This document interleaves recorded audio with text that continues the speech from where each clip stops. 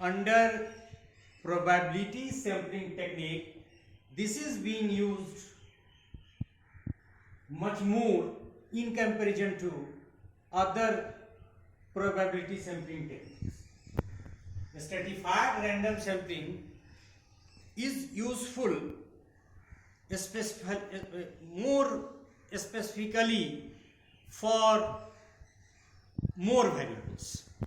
यदि आप एक की जगह कई वेरिएबल करते हैं तो वेरिएबल ही स्ट्रेटा का काम करता है. जैसे आप क्रिएटिविटी की स्टडी करते हैं, आगे भी हम लोग देखेंगे इसको, क्रिएटिविटी की स्टडी करते हैं मेल फीमेल मतलब जेंडर के रेस्पेक्ट में, टाइप्स ऑफ इंस्टीट्यूशन के, तो इस तरह के जो वेरिएबल्स हैं जिसके रेस्पेक्ट में आप डिपेंडेंट वेरिएबल की स्टडी करते हैं, तो ये स्ट्रेटिफाइड रैंडम सैंपलिंग से ज़्यादा, और चूंकि जब पीएचडी वगैरह के काम में हम लोग एक वेरिएबल पे काम नहीं करते हैं, इसी दृष्टि से हमने कहा this is the most useful. So now we shall be discussing the stratified random sampling, and as we have up till now done that, we shall outline the lecture, we shall try to know the scope of the lecture, so we shall also do this act with this sampling technique, that is stratified random sampling. So let us start. So stratified random sampling, what is stratified random sampling? We have already explained that so many variables are being used as strata, and we use stratified random sampling. You can see the steps, sampling technique steps. What are the steps we usually use in stratified random sampling? Why to use and why to stratify? Merits of stratified random sampling and limitations of stratified random sampling. You can see that there are two types of stratified random sampling: proportionate, we shall be discussed, and merits of proportionate stratified random sampling. Again, limitations of proportionate stratified random sampling, जिसमें strata का जो दो group है, किसी strata का मान लो कि mail है फीमेल है, तो संख्या के आधार पे कि इक्वल लेंगे, प्रोपोर्शनेट लेंगे, या फिर दूसरा disproportionate stratified random sampling. So under the stratified random sampling technique we use proportionate stratified random sampling and also the disproportionate stratified random sampling. And at the end we shall discuss the merits of disproportionate stratified random sampling, and again the limitations of the disproportionate stratified random sampling. So this is the scope of the lecture. Now let us start the lecture from the very beginning and try to understand what is the meaning of stratification and how disproportionate stratified random sampling and proportionate stratified random sampling are different. So let us start from the beginning. So in order to understand this stratified random sampling, you keep in your mind that there are so many variables, and those variables, as we have put some example in the beginning, are being used as the strata. So let us see. A stratified random sampling is a type of sampling method in which the total population is divided into homogeneous subgroups, and this is the first step that we have to undertake in the stratified random sampling. पहला काम एक क्या करना है कि total population को divide करना है सब ग्रुप्स में जो होमोजीनियस होना चाहिए, और उसी सब ग्रुप को हम लोग स्ट्रेटा भी बोलते हैं. The strata is form on the basis of सब कॉमन कैरेक्टरिस्टिक्स. अभी हमने एग्जांपल भी दिया था, rural, urban, private, government and what not. By dividing the population into strata, the researcher randomly selects the sample as per the requirements of the study. जैसे मान लीजिए कि आपका पॉपुलेशन का साइज 500 है. अब आपको मेल भी लेना है, फीमेल भी लेना है, रूरल भी लेना है, अर्बन भी लेना है, प्राइवेट भी लेना है, गवर्नमेंट भी लेना है. ट्राइबल भी लेना है, नॉन ट्राइबल भी लेना है। मतलब मल्टी वेरिएबल के लिए इसीलिए हमने कहा कि this is the most useful method जब हम कई वेरिएबल पे स्टडी करते हैं, खासकर एक डिपेंडेंट वेरिएबल और कई इंडिपेंडेंट वेरिएबल लेके करते हैं। So by dividing the population into strata the researcher randomly selects, अब डिसाइड कर दिया, लेकिन जो स्टेटा में मेल लेता है वो भी रैंडमली लेता है, फीमेल लेता है वो भी रैंडमली लेता है, रूरल लेता है वो भी अर्बन लेता है। तो इस ढंग से लेता है कि 500 में ही सब स्टेटा से लोग आते हैं, और यही इसका सबसे बड़ा स्ट्रेंथ है। नहीं तो अलग मेल अलग लेंगे, फीमेल अलग लेंगे, रूरल अलग लेंगे, अर्बन अलग लेंगे, तो फिर तो मुश्किल हो जाएगा। In stratified random sampling, the stratification of the main population into a number of subpopulation is done. ठीक है? Each of the subpopulation of the main population has to be homogeneous with respect to one or more characteristics. Homogeneous होना चाहिए, मतलब उसमें जो लोग हों वो होमोजीनिटी को फॉलो हो। और ये तो हमने शुरू में जब प्रोबेबिलिटी सैम्पलिंग टेक्निक डिस्कस कर रहे थे तो वहाँ भी कहा था कि probability sampling technique heterogeneous population पे बहुत अच्छा काम नहीं करता है। It's the limitation by dividing the population into 2 और मोर स्ट्रेटा सच एज, एक एग्जांपल में हमने लिया सेक्स में strata male, strata female, locality rural urban, और ethnicity tribal and non tribal. ये स्ट्रेटा का एग्जांपल है। हमने शुरू में कहा कि variable works as the strata etcetera, desired number is taken from each population strata which are internally homogeneous। मतलब स्ट्रेटा जो सेपरेट स्ट्रेटा है उसका इंटरनली होमोजीनियस होना भी जरूरी है। तो एक एग्जांपल लेके हमने समझा, by dividing the population into 2 और more strata such as sex male and female, locality rural urban, और ethnicity tribal non tribal etcetera, desired number is taken from each population strata which are internally homogeneous. तो strata कैसे बनाते हैं ये आप समझ गए। In this sampling technique certain steps are being followed as, कुछ स्टेप्स कैसे फॉलो करते हैं। पहला स्टेप क्या है, deciding the criteria for stratification such age gender, locality, types of institution. और ये आपके रिसर्च का जो डिमांड है, आपके रिसर्च प्रॉब्लम का जो डिमांड है, उसको ध्यान में रख के जब हम सैम्पलिंग टेक्निक इस्तेमाल करने वाले होते हैं तो पहला काम हम स्ट्रेटा में डिवाइड कर देते हैं कि हमको किस किस स्ट्रेटा को ध्यान में रख के सैम्पलिंग करनी है, पहला। दूसरा है डिवाइडिंग द पॉपुलेशन इनटू सब population considering the stratification criteria, rural urban.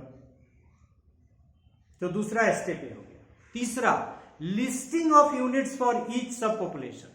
देखिए हमने शुरू में कहा था कि सिंपल रैंडम सैंपलिंग का इस्तेमाल दूसरे सैंपलिंग टेक्निक्स में होता है, और इसका सबसे अच्छा एग्जांपल हम आपको अभी देने जा रहे हैं कि अब तो डिसाइड कर लिया कि मेल से भी लेना है, फीमेल से भी लेना है, रूरल से भी लेना है, अर्बन से भी लेना है, उसके सब ग्रुप्स बना दिए और तब लिस्ट कर दिया सबको। वो काम वहां भी आ रहा है, listing of units for each सब पॉपुलेशन। वहां टोटल को एक साथ लिस्ट करते हैं, यहां स्टेटा वाइज लिस्ट करते हैं। And the fourth step, selecting required number of units each subpopulation by adopting appropriate random selection technique and of course simple random sampling। and the fifth step, fourth step में हमने कहा selecting required number of units each subpopulation by adopting appropriate random selection technique। सबका सब population में divide कर दिया। and the fifth, and consolidating the sub sample of completing the main sample। अब सब में से इस ढंग से निकाला। जब आप करने जाओगे, जब सैम्पलिंग टेक्निक करोगे तो उसमें तुमको बहुत सारा इफ बट वहाँ बहुत सारा एक्सरसाइज करना होगा, क्योंकि हमने जब सैम्पलिंग टेक्निक की भी बात की थी तो कहा था कि एक विद्वान ने कहा कि sampling technique is not at random sampling. तो स्ट्रैटिफाइड रैंडम सैम्पलिंग में भी बहुत सारी चीजों को आपको सयास करना होगा। ऑफ कोर्स हम रूल को नहीं तोड़ेंगे, प्रोबेबिलिटी को नहीं तोड़ेंगे, लेकिन कुछ एक्सरसाइज करना होगा, क्योंकि आपको 500 में ही रूरल भी लेना है, अर्बन भी लेना है। उसी रूरल और अर्बन को इस ढंग से लेना है कि उसमें से आपको मेल भी मिल जाए, फीमेल भी मिल जाए। तो हम एट रैंडम नहीं करते हैं, random doesn't mean at random.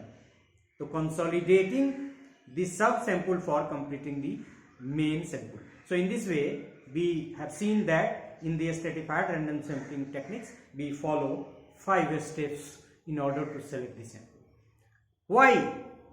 Reason for stratification. Stratification tends to increase the precision helpful in the estimation of different attributes of the entire population. क्योंकि हमको मेल भी लेना है, फीमेल एट्रीब्यूट्स उसी तरफ कैरेक्टरिस्टिक्स और भी कोई कैरेक्टरिस्टिक्स हो सकते हैं, तो जो लेना है वो तो चाहिए ना हमको, और इसीलिए स्ट्रैटिफिकेशन करना जरूरी है। Stratification is helpful in sampling as supervision of sampling survey in each units becomes possible. मतलब स्ट्रैटिफिकेशन कर लिया, अब फिर हम सिंपल रैंडम सैम्पलिंग को फॉलो करते हुए लोगों को सेलेक्ट कर देंगे। इसलिए जब मल्टी वेरिएबल पे आपको काम करना है तो it is inevitable to stratify, and these are the important reasons of stratification. Now what are the merits? Merits of stratified random sampling में, stratified random sampling is more representative of the population as formation of a stratum and random selection of item from each stratum increase the representativeness of the population or universe। मतलब मान लीजिए कि आप simple random से ले लीजिए, तब तो आपको जितना मेल चाहिए उतना मिलेगा नहीं, जितना फीमेल चाहिए उतना मिलेगा नहीं, जितना रूरल चाहिए मिलेगा नहीं। ये सिर्फ इसी सैम्पलिंग टेक्निक में मिल सकता है, और इसलिए ये रिप्रेजेंटेटिवनेस की तरफ इशारा कर रहा है, representativeness in terms of the different chosen variables और strata you can say. So this is the vital merits of this sampling technique. और इसीलिए हमने कहा कि जब भी आपको मल्टी वेरिएबल पे कोई भी रैंडम सैम्पलिंग लेना है तो स्ट्रैटिफाइड से अच्छा कोई रैंडम सैम्पलिंग नहीं है, क्योंकि बाकी में आपको लेने में बहुत कठिनाई है। It is more precise and manages the bias, क्योंकि वो रैंडमनेस के भी बहुत सारे गुण इसमें हैं और सिंपल रैंडम के भी बहुत सारे गुण हैं। क्योंकि बाद में तो जब स्टेटा डिसाइड कर लेते हैं तो आपने देखा स्टेप्स में कि हम लोग फॉलो क्या करते हैं, सिंपल रैंडम को ही। It is cost and time effective. समय की बर्बादी इसलिए नहीं होती है कि मेल फीमेल, मतलब आपका स्टेटा डिसाइड है, वो गलती हम लोग नहीं करते हैं, स्टेटा को ध्यान में रख के करते हैं। और हमने शुरू में कहा कि ये जब भी आप कॉस्ट देखेंगे, जब भी आप टाइम देखेंगे, जब भी साइंटिफिक अप्रोच की बात करेंगे तो इट विल बी रिलेटिव, आपको उस तरह से एक्सप्लेन करना पड़ेगा। It is more useful for multi research variable, एक से ज्यादा वेरिएबल के लिए तो हमने अभी कर ही दिया। It is more useful when the population is heterogeneous. Heterogeneous मतलब वहां नॉन प्रोबेबिलिटी की तरह नहीं, हेट्रोजीनियस का मतलब है कि कई तरह की चीज चाहिए, ये भी एक हेट्रोजीनिटी है। इसलिए हमने कहा कि रिलेटिव, होमोजीनियस और heterogeneous in terms of the number of variables to be taken care of in the sampling technique. It is more useful when a list of elements in the population is not available. मतलब total list नहीं है, तो चूंकि ऐसा सारे number table को तो रख के ऐसा करना नहीं है, तो उस कंडीशन में उसका जो थोड़ा सा लिमिटेशंस है उसको इस टेक्निक्स में ओवरकम किया जा सकता है। अब इसके हम लिमिटेशंस की बात कर लें। If the stratification is improper it may lead to the wrong results. मतलब इसमें एक तो एक्सपर्ट होना चाहिए स्ट्रैटिफिकेशन, और शुरू का जो आपका लिस्ट बनाइएगा कैसे लेना है, कहाँ कहाँ से लेना है, तो थोड़ा सा सैम्पल रैंडम की तुलना में और फिर और भी जो कुछ सैम्पलिंग टेक्निक है उसकी तुलना में इसमें आपको एक्सपर्ट होना चाहिए, और उसी तरफ इशारा कर रहा है। स्ट्रैटिफिकेशन इज इम्प्रॉपर, कुछ भी गलत हो गया तो जो उसका आफ्टर इफेक्ट होगा सैम्पलिंग को के नॉन रिप्रेजेंटेटिव हो जाने के क्रम में वो ज़्यादा हो जाएगा। It needs trained manpower for proper stratification. Obvious है, थोड़ा सा ट्रेंड चाहिए। It may be time and cost consuming due to greater geographical concentration. मतलब यदि कई जगह से डाटा लेना हो, कई तरह के लोग लेने हो, तो ऑब्वियस है खर्चा बढ़ जाएगा इस सैंपलिंग टेक्निक में। It may not be so useful for comparatively small samples, मतलब ज़्यादा है ही नहीं, 1000 लोगों में से ही सबको लेना है तो स्ट्रेटिफाइड, हालांकि इसका अपना इंपॉर्टेंस है, जब भी मल्टी वेरिएबल लेना है तो लेना ही पड़ेगा, लेकिन उसमें कह रहा है कि कम, जब छोटा पॉपुलेशन हो तो दूसरा मेथड को लोग मानते हैं कि इससे थोड़ा बेटर हो सकता है। अब हम इसके टाइप्स पे आएंगे। जैसा कि हमने शुरू में कहा कि there are 2 types of stratified random sampling techniques, and those are proportionate stratified random sampling and disproportionate stratified random sampling. What is the difference? We can see. In proportionate sampling plan, population is stratified as per the known characteristics of the population, and subsequently individuals in similar proportion from each stratum of the population is randomly selected. मतलब 500 लोग में से ही हम male female इस ढंग से select करते हैं कि 500 में इस ढंग से सेलेक्ट करेंगे कि 250 मेल हो जाएंगे, 250 फीमेल। रूरल अर्बन है तो रूरल भी 250, अर्बन भी 250। यदि प्राइवेट गवर्नमेंट है तो प्राइवेट 250 और गवर्नमेंट 250, क्योंकि जो मेल है वो रूरल भी है, वो अर्बन भी है, वो ये प्राइवेट भी है, गवर्नमेंट भी है। जो मेल है, ये सॉरी, जो मेल है सो भी, और जो फीमेल है वो भी रूरल है, वो भी अर्बन है, वो भी प्राइवेट है, वो भी गवर्नमेंट है। तो हम इस तरह का टेबल का निर्माण करें और इस ढंग से सेलेक्ट करें कि ये सारे वेरिएबल से इक्वल नंबर में लोग सेलेक्ट हो, तो इसको क्या नाम देंगे? इसको नाम देंगे प्रोपोर्शनेट सैंपलिंग प्लान। और ऑब्वियस है कि इसका उल्टा जो होगा वो क्या होगा, इसको हम लोग बाद में डिस्कस करेंगे। इसके मेरिट्स पे बात कर लें। What are the merits of proportionate stratified random sampling? Number 1, proportionate stratified random sampling increases the representativeness of the sample. वैसे भी जब आप टी टेस्ट वगैरह के बारे में पढ़ा होगा या पैरामीट्रिक टेस्ट के उसके बारे में आपने पढ़ा होगा, तो कहा जाता है कि दोनों में इनका साइज यदि सेम हो तो रिजल्ट ज़्यादा अच्छा होगा, वो ज़्यादा एप्लीकेबल है। उस तरफ भी आप जा सकते हैं। यहाँ कह रहा है the proportionate stratified random sampling increases the representativeness of the sample, मतलब एक ज़्यादा है एक कम है, तो ऑब्वियस है कि एक का रिप्रेजेंटेशन तो कम होगा, एक का थोड़ा ज़्यादा होगा। मतलब इतना आप मेल ले लीजिए और इतना फीमेल ले लीजिए, तो कुछ कैरेक्टरिस्टिक्स हो सकता है कि जो फीमेल का आना चाहिए वो नहीं आ पाए, इस तरह से आ रहा है। It has less sampling error as it possesses all the necessary characteristics of the parent population. मतलब पॉपुलेशन में से जब आप निकालते हैं तो कम और अधिक निकालते हैं, जो नॉन प्रोपोर्शनेट में निकालते हैं, तो उसकी तुलना में यदि प्रोपोर्शनेट में निकालते हैं तो सारा पॉपुलेशन, टोटल पॉपुलेशन का जो कैरेक्टरिस्टिक्स है in terms of different variables, वो रिप्रेजेंट ज़्यादा होता है। It eliminates the necessity of weighting as it is automatically weighted. मतलब वेट देना, वेट का मेल का वेट देना, फीमेल का वेट देना, रूरल का, अर्बन का। यदि कम अधिक हो गया तो इसका मतलब है कि आप एक का वेटेज कम दे रहे हैं, तो ये भी एक इसका बहुत अच्छा मेरिट है। अब इसके लिमिटेशंस की बात करें, मतलब प्रोपोर्शनेट के लिमिटेशंस की बात करें, proportionate random stratified random sampling के लिमिटेशंस की बात करें तो क्या क्या आएगा इसमें आएगा it is a difficult method as the researcher has to know the composition and distribution of the population well in advance. ठीक है, इसमें एक्सरसाइज तो करना ही होगा, क्योंकि ये बराबर करना जितना आसान टेबल पे आपको लग रहा है, जब आप सैंपलिंग प्लान बनाएंगे उसमें आपको कठिनाई महसूस होगा। यानी बराबर करने में, नंबर ऑफ इंस्टीट्यूशन डिसाइड करने में आपको बहुत सारा परमुटेशन कम्बिनेशन यूज करना पड़ेगा। It is time consuming which is needed for drawing sample in population of each stratum. Obvious है ये टेबल सेट करने में आपको ज्यादा टाइम देना पड़ेगा। It has probability of classification error as the researcher may classify element in wrong stratum. ये तो जहां भी क्लासिफिकेशन होगा, क्लासिफिकेशन एरर की बात होगी ही।